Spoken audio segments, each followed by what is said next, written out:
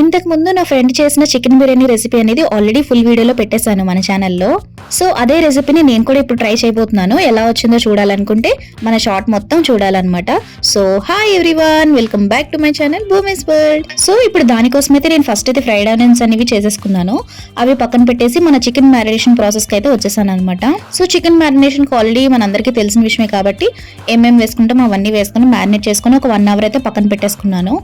So తర్వాత నేను first అయితే చికెన్ అయితే ఫ్రై చేసుకుంటాను, ఎందుకంటే తను ఫస్ట్ ఫ్రై చేస్తుంది, కాకపోతే కర్డ్ అనేది యాడ్ చేయదు, మీ అందరికీ ఆల్రెడీ తెలిసిందే. ఫస్ట్ చికెన్ అయితే ఫ్రై చేసుకుని పక్కన రైస్ కోసం కూడా వాటర్ అనేది బాయిల్ చేసుకుంటున్నాను. ఈ లోపు చికెన్ అయితే చల్లారిపోయింది అనమాట. సో చల్లారిపోయిన తర్వాత మనం కర్డ్ అనేది మిక్స్ చేసుకొని పక్కన పెట్టేశాను. రైస్ ఒక 70% బాయిల్ అయిన తర్వాత నేను దమ్కి రెడీ చేస్తున్నాను అనమాట. లేయరింగ్ ప్రాసెస్ అనేది ఇక్కడ స్టార్ట్ చేస్తాను. సో లేయరింగ్ ప్రాసెస్ అంతా అయిపోయిన తర్వాత దమ్ అనేది పెట్టేసుకోవడమే అనమాట.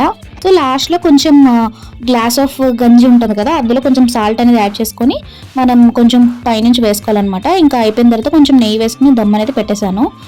అంతా అయిపోయిన తర్వాత చూద్దాము. ఇలా అయితే టర్న్ అవుట్ అయింది.